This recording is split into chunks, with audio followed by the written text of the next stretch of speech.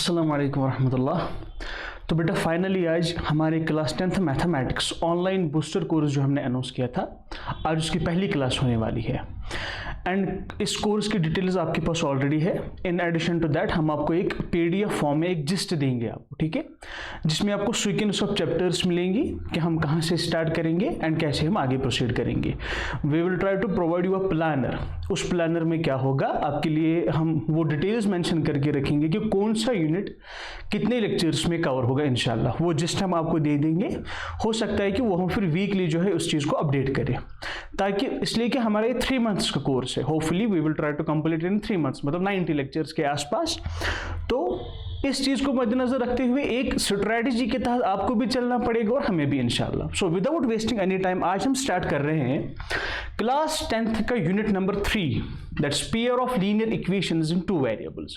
बेटा इस यूनिट को सबसे पहले स्टार्ट करने के पीछे एक पर्पस है। जब हम स्टार्ट करते जाएंगे, पढ़ते जाएंगे, आपको वो चीज सब समझ आएगा कि हमने इस यूनिट से स्टार्ट क्यों किया। Are you getting me? चलिए हम स्टार्ट करते हैं। तो बेटा मैं चाहता हूं कि सबसे पहले हम कुछ बेसिक टर्म्स पे बात करें, उसके बाद हम इस यूनिट में आगे प्रोसीड करेंगे। देखिए हम ये मान के चलते हैं कि बहुत सारी चीजें हमें नहीं आती एंड हम बिल्कुल स्टार्टिंग से, मतलब बिल्कुल बेसिक से पढ़ेंगे। तो हम स्टार्ट कर रहे हैं pair of linear equation in 2 variables. But before jumping to the topic, मैं चाहता हूं कि इन सब बेसिक चीजों को जो कि आप ऑलरेडी जानते हो, बट मैं चाहता हूं कि एक क्विक रिकैप हो जाए इस यूनिट का। ध्यान से देखिए बेटा, देखो सबसे पहले तो मैं यहां पे एक चीज लिखूंगा, दैट इज फॉर एग्जाम्पल, हम चलिए ऐसे करते हैं। फॉर एग्जाम्पल मैंने यहां पे एक नंबर लिखा 2, ऐसे करके मैं नंबर लिखूंगा 4, ऐसे करके मैंने कोई वेरिएबल लिखा x, कोई वेरिएबल y, या मैंने फॉर एग्जाम्पल किसी एक कांस्टेंट या किसी एक वेरिएबल का प्रोडक्ट लिया, फॉर एग्जाम्पल 2x। देखिए अगर मैं आपसे इंडिविजुअली पूछूं ये सभी चीजें क्या है, देखिए एक तो आप बोलोगे sir 2 is a constant, isn't it? 4 is a constant, x is variable, y is also variable, and in addition to that we have this 2x, and 2x is a product of constant 2 and variable x.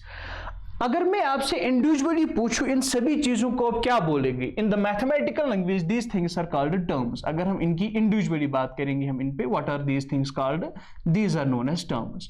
So what are terms now? कोई भी constant या variable या product of a constant and variable, जहां पे जैसे कि मैंने यहां पर लिखा 2x, तो ये सभी चीजें individually, what is 2x? It is a term. What is 4? It is a term. What is x? It is a term. तो ये सभी चीजें टर्म्स होती है।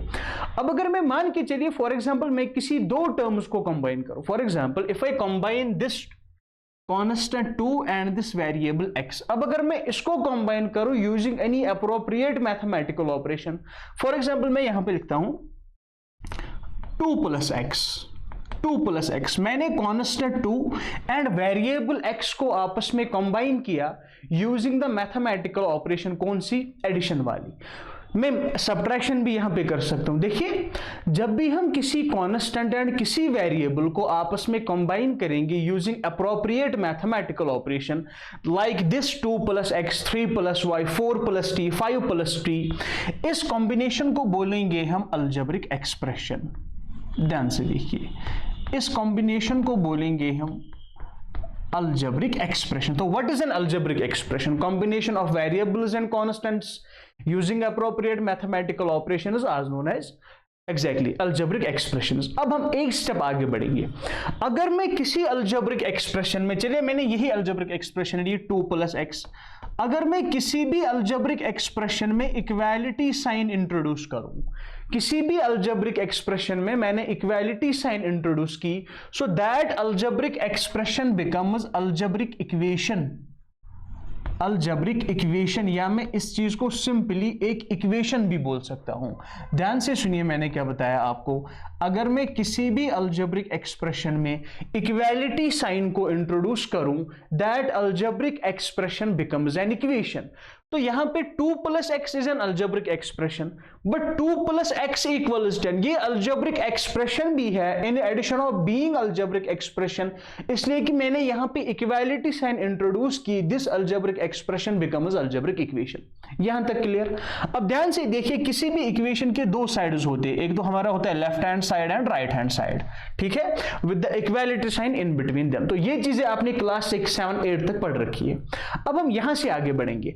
अगर आप इस इक्वेशन या इस अलजेब्रिक एक्सप्रेशन की बात करोगे, यू विल फाइंड दैट यहां पे कांस्टेंट है 2 on the left hand side and we have this variable x।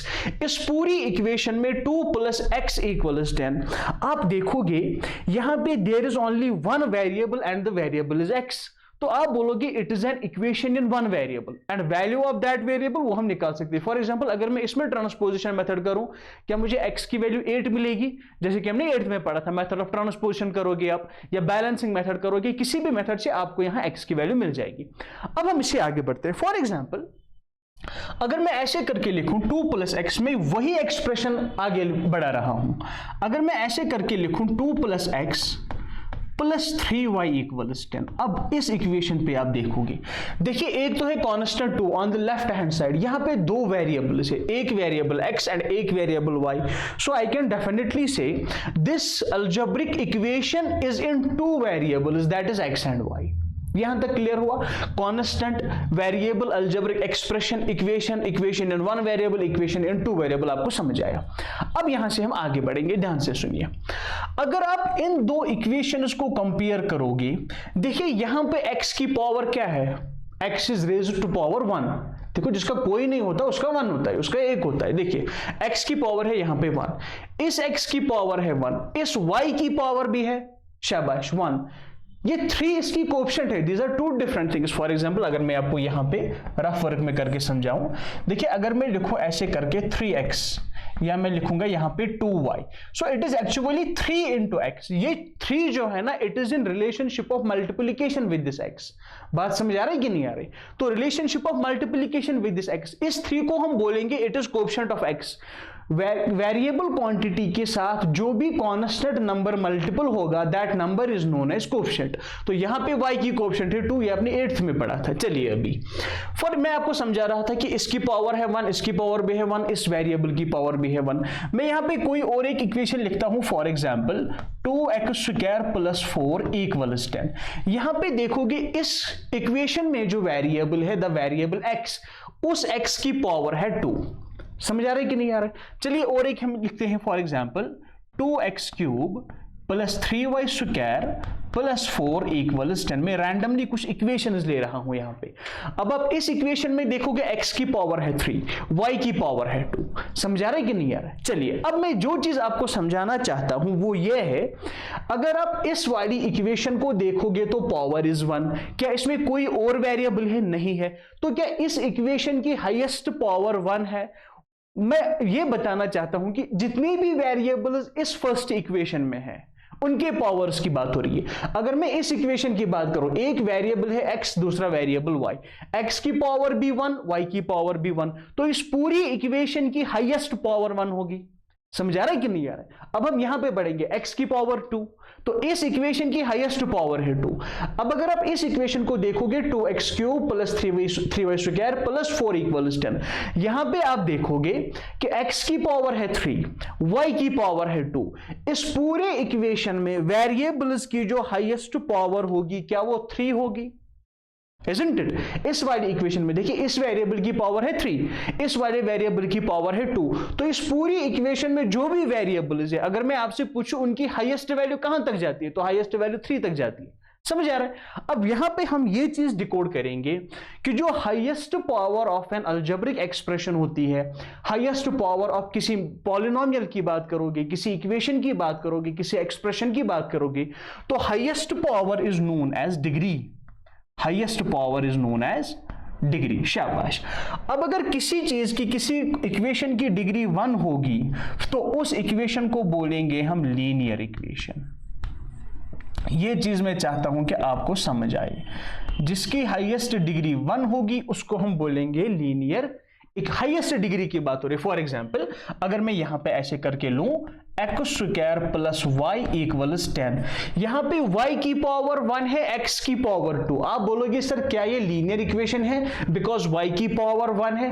Not at all. मैं बात कर रहा हूं हाईएस्ट पावर की। इस पूरी इक्वेशन में हाईएस्ट पावर 1 होगी कि 2 होगी? डेफिनेटली 2 है, तो ये लीनियर इक्वेशन नहीं है। समझ आ रहा है कि नहीं आ रहा है? So now what is degree? Degree is actually the highest power of any non constant या किसी भी वेरिएबल की जो हाईएस्ट पावर होगी उस चीज को हम बोलेंगे डिग्री, किसी भी नॉन कांस्टेंट टर्म की। चलिए, अगर किसी इक्वेशन, किसी एक्सप्रेशन या किसी पॉलिनोमियल की हाईएस्ट डिग्री 2 होगी, that is known as quadratic equation.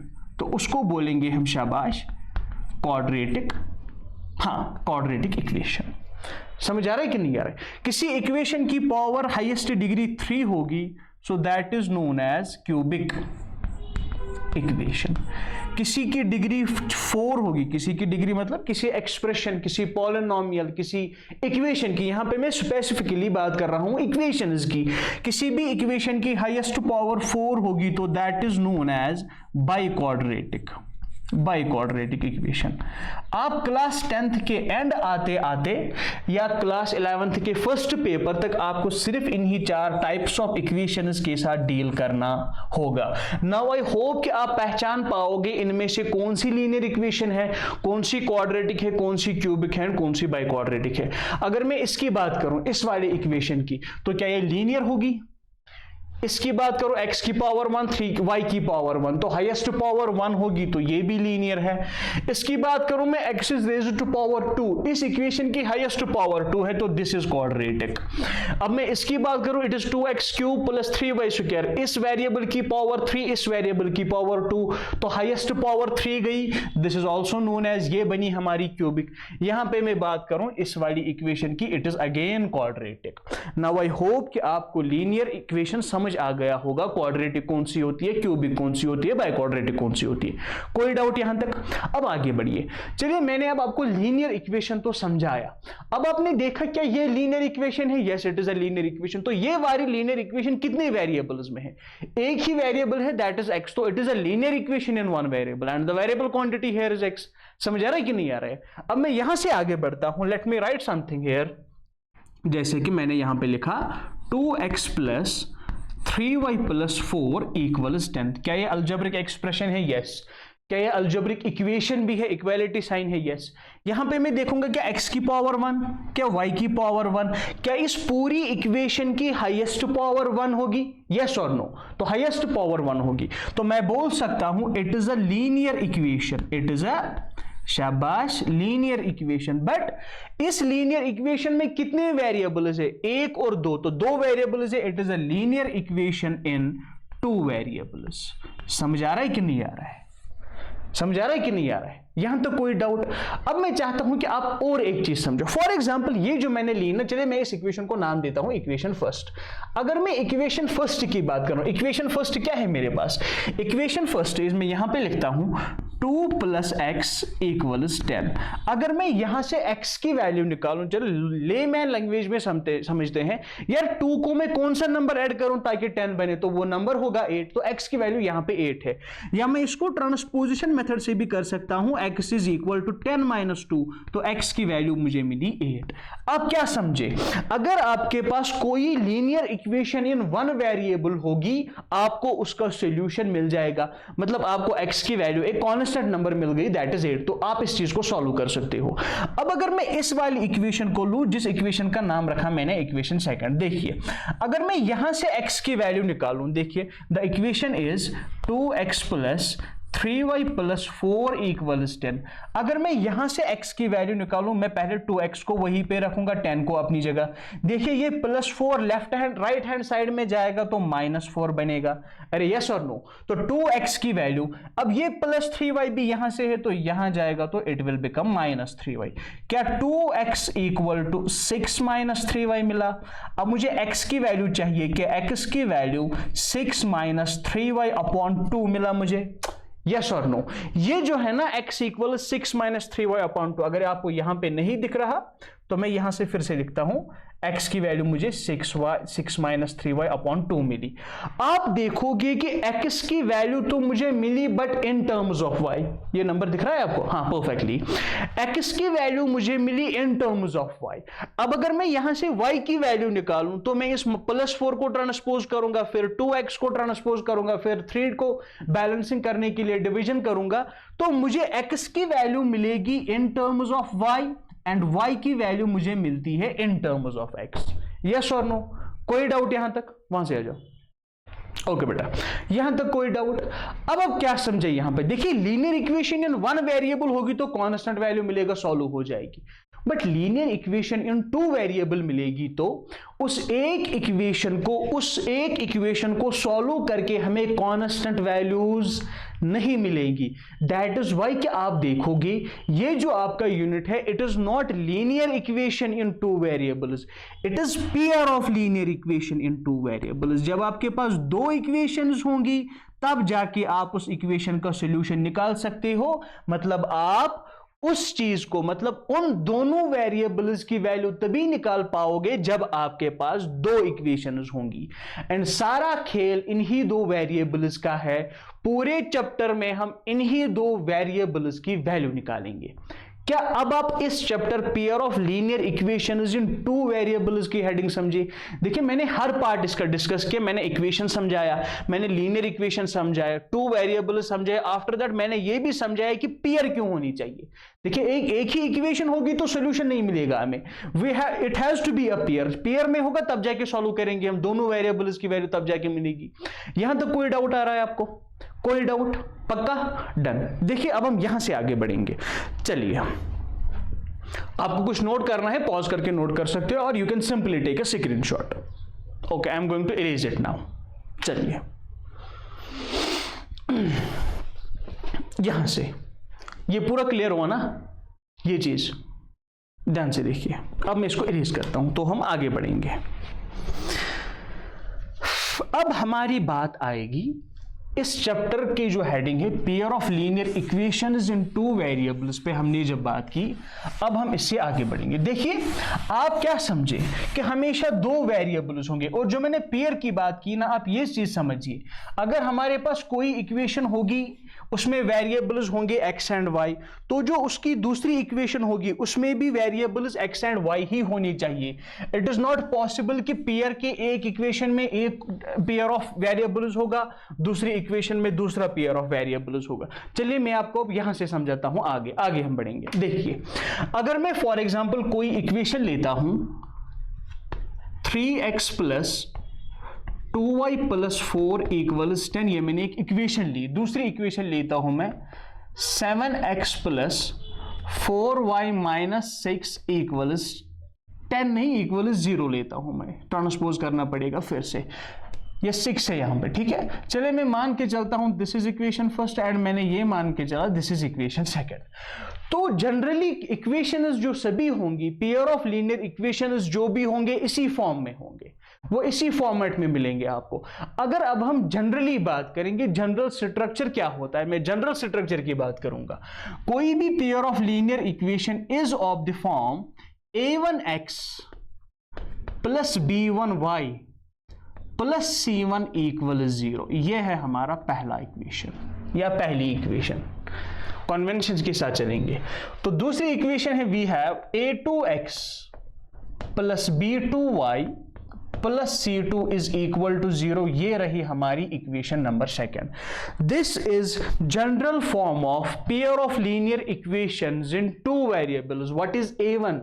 a1 is coefficient of x in equation first, b1 is coefficient of y in equation first, c1 is constant term in equation first। ऐसे करके equation 2 में देखेंगे a2 is coefficient of x in equation second, b2 is coefficient of y in equation second, c2 is constant term of equation second। Is that clear? यहां तक सब कुछ ठीक है ना?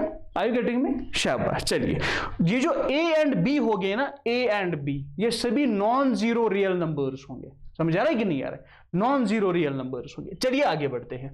अच्छा अगर मैं आपसे अब यहां पे पूछूं, यहां पे ये जो मैंने दो इक्वेशंस ली, इक्वेशन फर्स्ट एंड इक्वेशन 2 करके, अगर मैं इस इक्वेशन में, ऊपर वाली इक्वेशन दिख रही है? हाँ दिख रही है, ओके। अगर मैं इस इक्वेशन में आपसे पूछूं क्या a1 की वैल्यू क्या होगी? What is a1? a1 is coefficient of x from equation first. मैंने ज्यादा ऊपर लिखा शायद, सॉरी। चलिए यहां पे लिखता हूं मैं थोड़ा सा नीचे। a1 की वैल्यू क्या है? a1 is coefficient of x in equation first. क्या coefficient of x in equation first 3 है? क्या b1 की value coefficient of y in equation first 2 है? क्या C1 की value constant term in equation first क्या वो 4 होगी? चलिए A2 की बात करेंगे। A2 is coefficient of x in equation second, क्या coefficient of x in equation second 7 होगी? क्या coefficient of y that is B2 in equation second क्या वो 4 होगा? क्या C2 constant term in equation second क्या उसकी वैल्यू -6 होगी? क्या अब आपको कोएफिशिएंट्स निकालने आएंगे एंड कांस्टेंट टर्म्स? मैं बिल्कुल बेसिक से समझा रहा हूं आपको, अब आप ध्यान से देखिए। चलिए आगे बढ़ते हैं हम। यहां से एक इंपॉर्टेंट चीज स्टार्ट होने वाली है जो कि आपको इस पूरे चैप्टर के समझने के लिए बहुत जरूरी है। देखिए ध्यान से। तो ये मैंने आपको समझाया general form of pair of linear equations ऐसे करके होता है। Are you getting me? शाबाश। देखिए ध्यान से, क्योंकि मैंने आपको बताया कि ये पूरा चैप्टर किस चीज के अराउंड घूमेगा। Exactly, values of the variables, solution of this pair of linear equation। solution बोले तो मतलब हमें x and y की वेरिएबल्स निकालनी होंगी। समझ आ रहा है या कि नहीं आ रहा है? चलिए देखो बेटा, किसी भी पेयर ऑफ लीनियर इक्वेशन को सॉल्व जब हम करेंगे x की एंड y की वैल्यू निकालेंगे, बट कभी क्या हो सकता है, देयर आर बहुत सारी अलग अलग चीजें होती है सॉल्यूशन इसको लेके। मतलब आपने क्लास 9th में पढ़ा था कि हर कोई लीनियर इक्वेशन जो होती है, that represents a straight line. अब मान के चलो ये वाली इक्वेशन एक लाइन को रिप्रेजेंट करेगी, ये वाली इक्वेशन दूसरी लाइन को रिप्रेजेंट करेंगी। तो अब अगर मैं 2D में बात करूं, चलिए सिक्यू लाइन उसको छोड़ के तो 3 पॉसिबिलिटीज बनती है लाइन्स की। देखिए अगर ये एक लाइन बनाएगी L1, इक्वेशन 2 मेक्स L2, तो 2 लाइन्स बनाएंगी। अब उन 2 लाइन्स को लेके we have only 3 possibilities and the possibilities are, मैं यहां पे लिखता हूं, या तो एक लाइन ऐसे बनेगी, दिस इज L1, एंड दूसरी लाइन ऐसे जाएगी L2, मतलब इंटरसेक्टिंग लाइन्स होंगी, किसी एक पॉइंट पे इंटरसेक्ट करेंगे। पहली पॉसिबिलिटी ये है। समझ आ रहा है कि नहीं आ रहा है? तो दूसरी पॉसिबिलिटी क्या है? ये है एक लाइन L1 एंड दूसरी लाइन ये है, आंख खोल के देखिएगा, ये है दूसरी लाइन।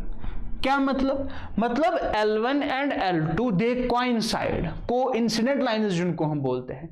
तो ये एक पॉइंट पे इंटरसेक्ट करती है, it intersects on infinite number of points. क्या सभी पॉइंट्स पे इंटरसेक्शन होगा? समझ आ रहा है कि नहीं आ रहा है? So this is second possibility. And third possibility क्या होती है इन लाइन्स की? वो है ये पैरेलल लाइन्स, मतलब ये किसी भी पॉइंट पे इंटरसेक्ट नहीं करेंगे। समझ आ रहा है कि नहीं आ रहा? पैरेलल लाइन्स किसी भी पॉइंट पे इंटरसेक्ट नहीं करते। पेयर ऑफ लीनियर इक्वेशंस की जब हम बात करेंगे, you have to remember it कि जो पॉइंट ऑफ इंटरसेक्शन होता है that is the solution. Point of intersection is the, मतलब ये जो है ना, फॉर एग्जांपल मैं मान के चलता हूं इन्होंने पॉइंट P पे इंटरसेक्ट किया, क्या इस पॉइंट P का कोई x कोऑर्डिनेट होगा? क्या इस पॉइंट P का कोई y कोऑर्डिनेट होगा? तो इसका जो x कोऑर्डिनेट होगा that is the value of x, इसका जो y कोऑर्डिनेट होगा that has to be the value of y। तो एक पॉइंट पे इंटरसेक्ट करेंगे तो इस वाले कॉन्फ़िगरेशन में हमको एक यूनिक सॉल्यूशन मिलेगा, स्ट्रिक्टली यूनिक सॉल्यूशन मिलेगा, एक सॉल्यूशन मिलेगा। जस्ट बिकॉज कि ये बहुत सारे पॉइंट्स पे इंटरसेक्ट करते हैं ऑन इनफाइनाइटली मेनी पॉइंट्स, तो यहां पे हमको मिलेंगे इनफाइनाइट नंबर ऑफ सॉल्यूशन मिलेंगे। इस वाले केस में where these are coincident lines. तो पैरेलल लाइन्स में किसी भी पॉइंट पे इंटरसेक्ट नहीं करते, तो देयरफॉर उस पेयर ऑफ इक्वेशन के लिए हम बोलेंगे there is no solution at all. समझ आ रहा है कि नहीं आ रहा है? अब कौन सा पेयर ऑफ लीनियर इक्वेशंस जिन 2 वेरिएबल्स यूनिक सॉल्यूशन दिखाएगा, इनफाइनाइटली मेनी सॉल्यूशंस दिखाएगा, या नो सॉल्यूशन मिलेगा हमको? That depends upon the coefficients and constant terms. देखिए यहां पे जो कोएफिशिएंट्स है A1 A2 B1 B2 and constant terms C1 C2, इनके रेशियोज को जब आप कंपेयर करोगे आपको पता चलेगा कि क्या इंटरसेक्टिंग लाइन्स बनेंगी, क्या कोइंसिडेंट लाइन्स बनेंगी, या पैरेलल लाइन्स बनेंगी। कैसे हमको समझ आएगा? अब हम वो चीज सीखेंगे यहां पे। यहां तक कोई डाउट? पक्का समझ आ रहा है कि नहीं यार? देखिए एक क्लास हमने 9th में नहीं पढ़ा equation of line y equals mx plus c करके, वो चीज हम 9th में पढ़ चुके हैं ना। मैं वही चीज आपको फिर से रिकैप करा रहा हूं यहाँ पे। देखिए ये है इस इक्वेशन की लाइन, ये वाली लाइन है इक्वेशन 2 की, तो इस पॉइंट पे इंटरसेक्ट हुए, ऐसे करके मैंने बनाया L1 एंड L2, ऐसे करके L1 and L2। So this is the line representing first equation, this is the line representing second equation. तो इसमें कोई रॉकेट साइंस है नहीं कि जो समझ ना आए, यहां तक क्लियर? आगे बढ़े फिर, चलिए ध्यान से देखिए, बिल्कुल आराम से। अब हम एक इंपॉर्टेंट चीज समझने वाले हैं यहां से, वो भी हम एग्जाम्पल्स को साथ लेके चलेंगे। ध्यान से देखिए, मैं इस चीज को यहां पे इरेज करूंगा अभी। देखो बेटा, इसके बाद हम ग्राफिकल सॉल्यूशन पे आएंगे, जो कि आपकी एक्सरसाइज का टॉपिक है जिसका आप वेट कर रहे हो। But before that this is very important for us to understand. चलिए हम 3 पेयर ऑफ लीनियर इक्वेशंस लेंगे। Let us take 3 pairs of linear equation. समझ आ रहा है कि नहीं आ रहा है? 3 पेयर्स ऑफ लीनियर इक्वेशन हम लेंगे। उसके बाद हम उनके रेशियोज कंपेयर करेंगे, एंड रेशियोज कंपेयर करने के बाद वी कैन डेफिनेटली से whether this given pair of linear equations has unique solution, many solutions and infinitely many solution. देखो बेटा, पहली क्लास है इस बैच की एंड स्पेशली इस यूनिट की, तो पहला लेक्चर थोड़ा बहुत बेसिक होने वाला है, तो आप सब्र रखिए। मैंने पहले आपको बताया कि हो सकता है इनमें से बहुत सारी चीजें आप जानते हो, but we have to repeat it. चलिए ध्यान से देखिए बेटा। ओके, चलो मैं अब यहां से एक लाइन खींच लेता हूं। नाइस। अब मैं एक पेयर ऑफ लीनियर इक्वेशन लेता हूं, पहला पेयर, दैट इज अगर मैं लूं यहां पे 3x + 2y + 4 = 0, this is first equation. And दूसरी इक्वेशन में लेता हूं 2x + 2y - 3 = 0। यहां तक कोई डाउट? इक्वेशन दिख रही है ना? हाँ जी दिख रही है। चलिए ये वाला पेयर मैंने लिया। अब अगर आप इस पेयर ऑफ लीनियर इक्वेशन को ध्यान से देखोगे, जैसे कि हमने a1 a2 b1 b2 यहां पे निकाला, अगर मैं अब रेशियोज की बात करूं, देखिए मुझे कौन से रेशियोज निकालने हैं वो मैं यहां पे लिखूंगा। a1/a2 देखना है मुझे, b1/b2 देखना है मुझे, एंड c1/c2 देखना है मुझे। देखिए a1/a2, क्या इस पेयर ऑफ लीनियर इक्वेशन में अगर ये पहली इक्वेशन है एंड ये दूसरी इक्वेशन है, क्या a1/a2 की वैल्यू 3/2 होगी? अरे यस और नो? शाबाश। क्या b1/b2 की वैल्यू 2/2 होगी? शाबाश। क्या c1/c2 की वैल्यू 4/3 होगी? समझ आ रहा है कि नहीं आ रहा है? अब आप देखो, क्या 3/2 2/2 के इक्वल है? 2/2 1 होता है। क्या इज 3/2 = 1? यार 1.5 1 के बराबर कब से होने लगा?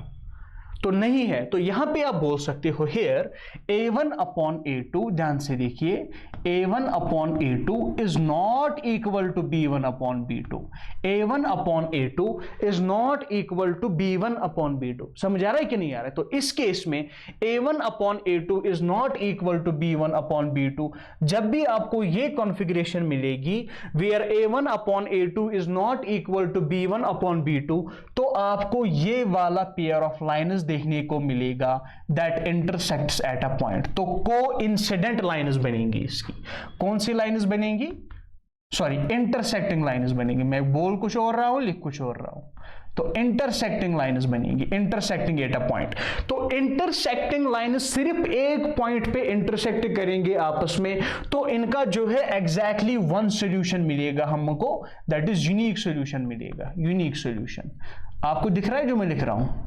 देखिए मैं भी फर्स्ट टाइम ही चौक से लिख रहा हूं, तो bear with it, within a class और 2 हैंड राइटिंग बेहतर होती जाएगी। चलिए, तो intersecting at a point, therefore we will get a unique solution. यहां तक कोई डाउट? अब मैं दूसरा पेयर ऑफ लीनियर इक्वेशन लेता हूं यहां से। देखिए फॉर एग्जांपल, चलिए यही लेता हूं मैं 3x + 2y + 4 = 0। This is first equation. And दूसरी इक्वेशन मैंने ली 6x + 4y + 8 = 0।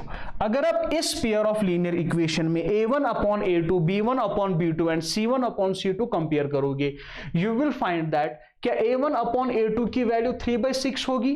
क्या b1/b2 की वैल्यू 2/4 होगी? क्या c1/c2 की वैल्यू 4/8 होगी? आप इन रेशियोज को देखोगे, अगर आप इनको फर्दर सॉल्व करो, इज इट 3 1 और 3 3 2 और 6, तो 1/2 बना। 2 1 और 2 2 2 और 4, तो 1/2 बना। 4 1 और 4 4 2 और 8, तो 1/2 बना। क्या यहां पे 1/2 = 1/2 = 1/2, that is a1/a2 is equal to b1/b2 is equal to c1/c2। तो इस केस में what you got is a1/a2 की value is equal to b1/b2, that is equal to c1/c2। समझ आ रहा है कि नहीं आ रहा है? तो जब भी आपको ये वाली कॉन्फ़िगरेशन मिलेगी where a1/a2 is equal to b1/b2 that is equal to c1/c2, तो आपको ये वाली लाइन्स मिलेंगी। ये फर्स्ट लाइन और ये है हमारी दूसरी लाइन। तो मतलब कौन सी लाइन्स है ये?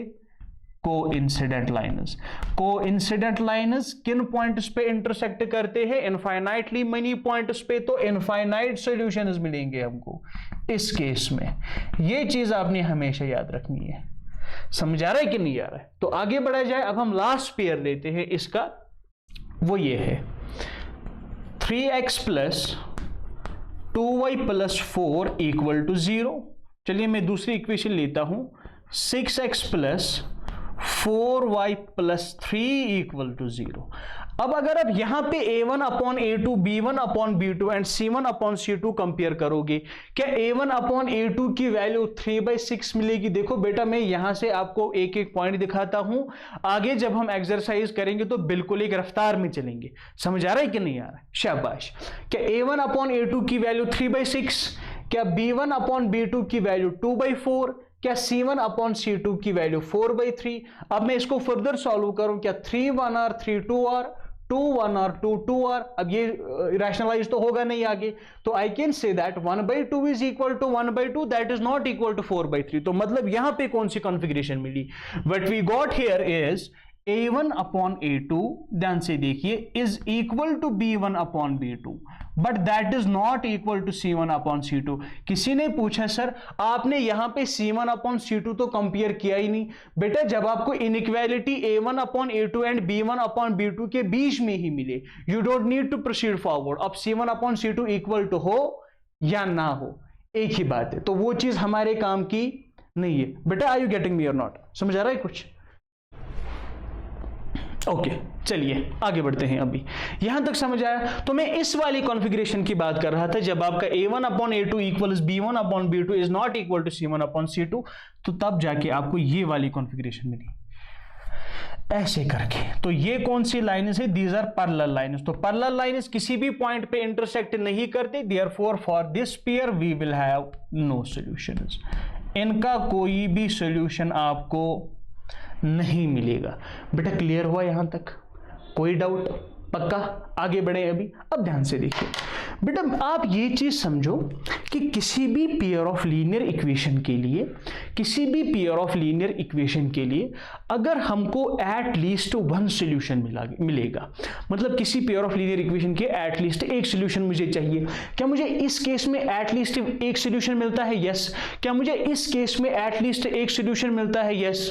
बेटा समझो, यहां पे इनफाइनाइट सॉल्यूशंस मिलते हैं, बहुत सारे सॉल्यूशंस हो गए, बट मुझे काम एक से है, बट मुझे चाहिए एक। फॉर एग्जाम्पल टॉफी बट रही है बच्चों में, तो किसी बच्चे ने, मैंने क्लास में पूछा क्या सब बच्चों को एक एक टॉफी मिली? बेटा किसी ने 3 टॉफीज वो लेके बैठा है, तो मैंने पूछा क्या एक है? तो एक तो उसके पास है, अब 2 एक्स्ट्रा है, उससे मुझे कोई गर्ज नहीं है। इन द सेम वे यहां पे we have infinitely many solutions, but मुझे चाहिए तो एक ही ना। तो एक एट लीस्ट वन सॉल्यूशन की कैटेगरी में ये भी फॉल होगा, ये भी फॉल होगा। अब ये तो नो सॉल्यूशन वाला है, कोई सॉल्यूशन ही नहीं, क्या एट लीस्ट वन सॉल्यूशन की कैटेगरी में फॉल होगा? नहीं होगा। तो जिस भी इक्वेशन के लिए we got at least one solution, उस पेयर ऑफ लीनियर इक्वेशन को बोलेंगे हम कंसिस्टेंट। क्या चीज? Consistent pair of linear equation. जिसके लिए हमें एट लीस्ट वन सॉल्यूशन ना मिले, that is known as inconsistent pair of linear equation. बात समझे कि नहीं समझे? देखिए यहां पे एट लीस्ट वन सॉल्यूशन मिलेगा, तो ये वाला हमारा होगा consistent pair of linear equations. Consistent pair, मैं साफ साफ लिखता हूं कंसिस्टेंट पेयर, ये 10 भी बचाना है हमें। चलिए यहां पे लिखता हूं मैं कंसिस्टेंट। तो कंसिस्टेंट जिसमें इनफाइनाइट सॉल्यूशन, एक्चुअली हम इस चीज को बोलते हैं डिपेंडेंट। अजान हो रही है, जस्ट अ मिनट। इस चीज को बोलते हैं हम डिपेंडेंट। बट डिपेंडेंट भी क्या होता है?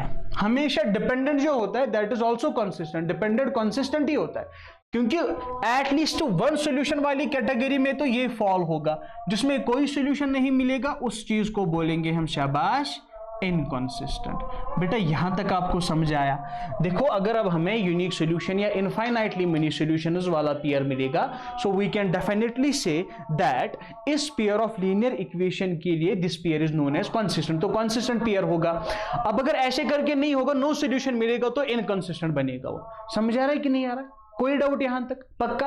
बेटा ये जो टेबल है ना, ये जो मैंने बनाई, आपके एनसीईआरटी पे भी कुछ ऐसी ही टेबल बनी होगी। मैं आपको दिखाता हूं ये वाली टेबल। मैंने ये वाली टेबल आपको डिकोड करके बताई पूरी। This is very important table, NCERT सारी ही इंपॉर्टेंट है आपके लिए। उसको भी हम, इस चीज को भी हम डिस्कस करेंगे एनसीईआरटी को।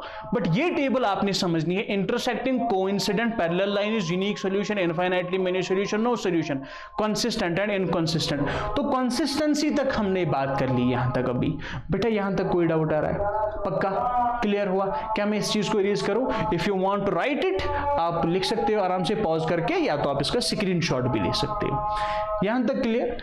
आई will just give you a break of a minute जब तक अजान होगी। उसके बाद then we will proceed to an example graphical solution के। उसके बाद आएंगे हम एनसीईआरटी पे, देखते हैं हम कितना कर पाते हैं। बेटा क्लियर है कि नहीं? चलिए, आप इसको नोट करना चाहो तो you can note it. And आप ये चीज अच्छे से समझ लीजिए। ये जो मैंने यहां पे ये टेबल बनाया, इस चीज को अच्छे से समझ लीजिए, है ना? ओके।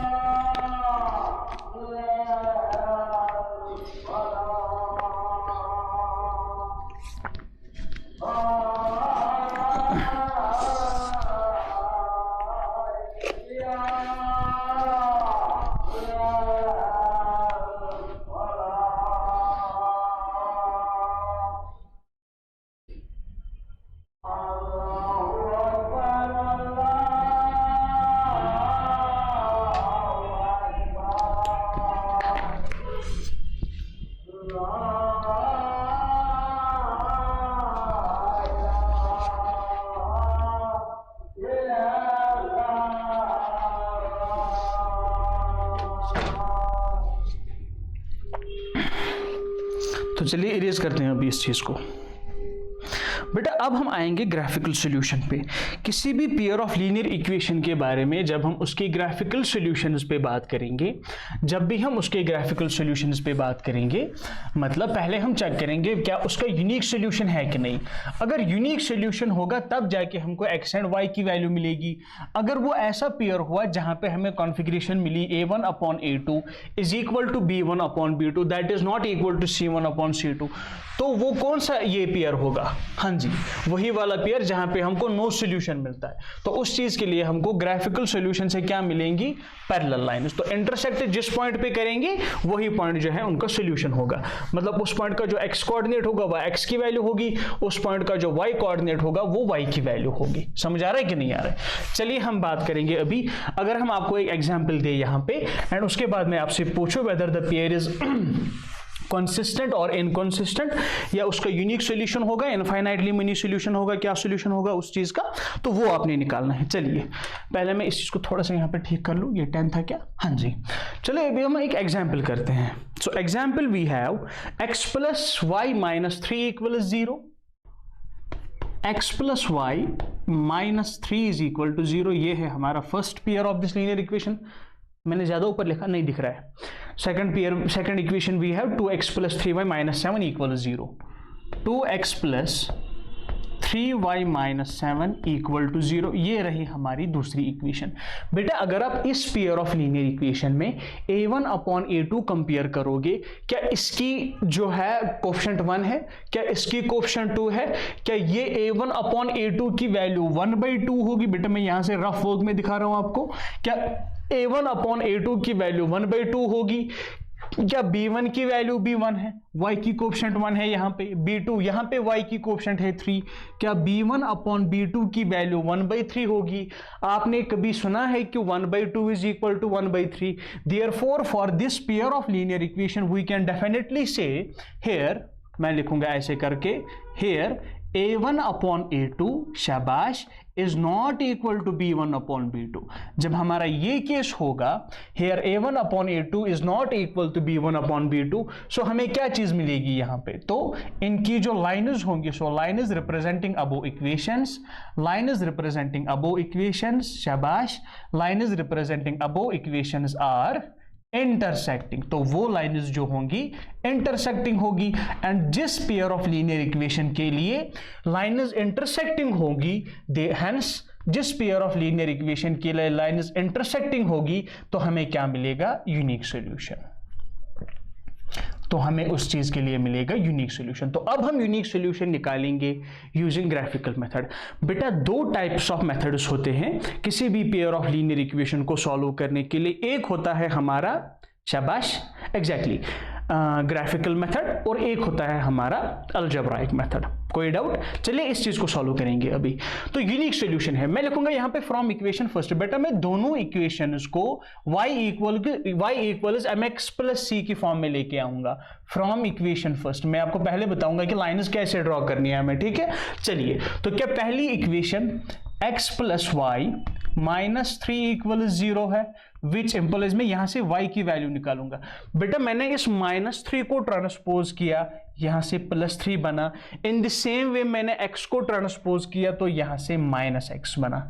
अरे आर यू गेटिंग मी और नॉट? चलिए बेटा यहां पे मैं अब इसकी टेबल ऑफ सॉल्यूशन बनाऊंगा। What is the solution table? यहां पे देखिए, ये रही हमारी x, मतलब ये रहा x and this is y। चलिए तो x की बात करेंगे। अगर मैं x की वैल्यू 1 देता हूं यहां पे, क्या मुझे y की वैल्यू, मैंने x के बदले 1 लिखा, x इक्वल्स 1, तो y की वैल्यू 3 - x 3 - 1 2 मिलेगी? बेटा यस और no? In the same way मैंने x की वैल्यू ली 0, क्या y की वैल्यू 3 मिलेगी? तो मेरा एक पॉइंट तो बना 1,2, दूसरा पॉइंट बना मेरा 0,3। बेटा ध्यान से सुनो, किसी भी लाइन सेगमेंट को बनाने के लिए we must have at least 2 points. मुझे पता है क्लास लंबी चली गई, बट आपको रुकना पड़ेगा अभी फॉर सम मिनट्स, उसके बाद हम क्लास क्लोज डिक्लेयर करेंगे। चलिए बेटा, तो 0,3 हमारा पहला पॉइंट बना। अब मैं लेता हूं फ्रॉम इक्वेशन सेकंड, दूसरी इक्वेशन में लेता हूं फ्रॉम इक्वेशन सेकंड। तो दूसरी इक्वेशन क्या है? 2x plus 3y। बेटा हमेशा ट्रांसपोजिशन ही करोगे, -7 इक्वल 0। यहां से भी मुझे y की वैल्यू चाहिए। बेटा आप ध्यान से देखोगे, मैं इस -7 को ट्रांसपोज करूंगा टू द राइट साइड, क्या +7 बनेगा? अरे यस और नो? चलिए मैं 3y यहां पे लिखता हूं ताकि आप कंफ्यूज ना हो। मैंने 3y यहां पे लिखा, -7 को ट्रांसपोज किया, इट बिकेम +7। ये +2x है, इसको मैं ट्रांसपोज करूंगा तो -2x बनेगा। बेटा क्या मुझे y की वैल्यू चाहिए या 3y की वैल्यू? तो 3 यहां से मल्टीप्लीकेशन में है तो बैलेंसिंग के लिए यहां से डिवाइड, तो y की वैल्यू मुझे मिली y इक्वल 7 - 2x अपॉन में 3, 7 - 2x अपॉन में 3, 7 - 2x अपॉन में 3। अब मैं इस चीज के लिए टेबल ऑफ सॉल्यूशन बनाऊंगा फिर से, या सॉल्यूशन टेबल जो भी आप बोलो। ये this is x and this is y। तो अब मैं x की कोई रैंडम वैल्यू लेता हूं ताकि मुझे y का भी कोई पॉइंट मिले, क्योंकि x की हर वैल्यू के लिए अलग अलग y होगा यहां पे। बेटा समझ आ रहा है कुछ कि नहीं आ रहा है? Are you getting me? शाबाश। चलिए तो फॉर एग्जाम्पल मैं यहां पे x की कोई भी वैल्यू लीजिए आप। चलिए x की वैल्यू लेते हैं हम 5। ध्यान से देखिए, मैंने x की वैल्यू ली 5, 2 5 और 10, तो 7 - 10 इज -3, -3 अपॉन में 3 इज -1। तो ये रहा हमारा पहला पॉइंट। बेटा समझ आ रहा है कि नहीं आ रहा है? क्लियर? पक्का? चलिए अब x की वैल्यू अगर मैं 1 लेता हूं तो 7 - 2 इज 5/3, तो फ्रैक्शन में जाएगा, वो वाली वैल्यू हम डेफिनेटली नहीं लेंगे। चलिए x की वैल्यू लेते हैं 2, x की वैल्यू 2, 2 2 आर 4, 7 - 4 आर 3, तो 3/3 इज 1। तो एक पॉइंट बना मेरा, मैं ऊपर पॉइंट्स लिखूंगा, नीचे शायद आपको ना दिखे। ये वाला पॉइंट जो है this is a 5, and this is R 2,1। चलिए अब हम इन पॉइंट्स को इस ग्राफ पे प्लॉट करने की कोशिश करेंगे। देखिए बेटा ध्यान से, तो पहले तो मैं इक्वेशन फर्स्ट की लाइन बनाऊंगा। क्या इक्वेशन फर्स्ट की ये लाइन होगी? तो पहला पॉइंट है 1,2, 1,2 मतलब पहला कोऑर्डिनेट हमेशा x एक्सिस का होता है, दूसरा कोऑर्डिनेट हमेशा y एक्सिस का होता है। तो x की वैल्यू 1, y की वैल्यू 2, ये रहा पॉइंट। क्लियर? ये दिख रहा है आपको? अब दिखना चाहिए। Okay, x equals 1, y equals 2, तो 1,2 ये है। तो दूसरा पॉइंट क्या है इसका? 0,3 है, ये है 0 और ये है 3, 0,3। तो ये लाइन खींचेगी ऐसे, ध्यान से देखिए, ऐसे करके ये लाइन बनेगी कुछ इस तरह से। इस पेयर ऑफ लीनियर इक्वेशन के लिए। बेटा समझ आ रही है इस इक्वेशन की लाइन। तो दूसरी लाइन हमारे पास क्या है, क्या x5 एंड y -1, तो x5 ये है, y की वैल्यू -1, ये है 1 2 3 4 -1 -2 नीचे, तो -2 -1 ये यहां पे लगभग x इक्वल्स 5 y इक्वल्स -1। तो फिर है x2 y 1, तो x2 y की वैल्यू 1, तो यहां पे लगभग ये है x की वैल्यू 2 एंड y की वैल्यू 1, x की वैल्यू 2 और y की वैल्यू। तो इस पेयर को मैं ज्वाइन, इस लाइन, इन दो पॉइंट्स को मैं ज्वाइन करूंगा तो ऐसे करके बनेगा। तो ये है हमारी इक्वेशन। अगर आप इस पॉइंट को देखोगे, ये पॉइंट ऑफ इंटरसेक्शन जो है यही तो है सॉल्यूशन ऑफ द इक्वेशन। समझ आ रहा है कि नहीं आ रहा है? अब आप इस 2 का x कोऑर्डिनेट, इस पॉइंट का x कोऑर्डिनेट देखोगे तो 2 मिलेगा, इस पॉइंट का y कोऑर्डिनेट देखोगे यहां से तो 1 मिलेगा। तो therefore we can say that x equals 2 and y equals 1 is the solution of given pair of linear equations। बेटा कोई डाउट आपको हो तो आप चेक भी कर सकते हो। कैसे? जरा पहली इक्वेशन हमने क्या ली थी, क्या पहली equation x plus y -3 equal to 0 थी। यहाँ पे x की वैल्यू मिली 2, y की वैल्यू 1, तो सब्स्टिट्यूट करते जाइए। x के बदले में 2 लिखूंगा प्लस y के बदले में 1 लिखूंगा, -3 इक्वल 0, तो 2 + 1 is 3, -3 इक्वल टू 0, 3 - 3 is 0, यहां से भी 0। तो left hand side is equal to right hand side, मतलब हमने ग्राफ एग्जैक्टली करेक्ट बनाया था। बेटा कोई डाउट आ रहा है? तो ऐसे करके हम निकालेंगे सभी इक्वेशंस का, हाँ, सभी पेयर ऑफ लीनियर इक्वेशन का सॉल्यूशन। बेटा यहां तक जो हमने बात की, अभी मैंने आपको बेसिक समझाया यूनिट के, उसके बाद हमने बात की कुछ बेसिक टर्म्स पे, उसके बाद हमने चैप्टर को डिस्कस किया, हमने कंसिस्टेंसी पे बात की, unique solution, infinitely solution, many solutions पे बात की, नो सॉल्यूशन पे भी हमने बात की। उसके बाद मैंने आपको दिखाया कि ग्राफिकल सॉल्यूशन कैसे निकालना है। बेटा जब भी आप ग्राफ बनाओगे, मैंने रैंडमली ऐसे करके पॉइंट्स थोड़ा मैंने ट्राई किया कि इक्विडिस्टेंट पॉइंट्स बने, बट आप जब भी सॉल्व करोगे तो ग्राफ पेपर पर ही करोगे। ठीक है बेटा? तो यहां तक कोई आपका डाउट आ रहा है तो बताओ। अब मैं बात करूंगा अगर एक्सरसाइज, तो पहले ही एक्सरसाइज में आपका टॉपिक्स तो यही रहेंगे, कंसिस्टेंसी पे बात होगी, इनकंसिस्टेंसी पे बात होगी, वहां पे और क्या पूछा गया है, ग्राफिकल सॉल्यूशन बनाने होंगे हमें, एंड कुछ वर्ड प्रॉब्लम्स दी है। तो I guess for today's class this is more than sufficient. इंशाल्लाह नेक्स्ट क्लास में हम डायरेक्टली एक्सरसाइज स्टार्ट करेंगे। Till the next class, thank you so much, stay connected, take care बेटा, थैंक यू।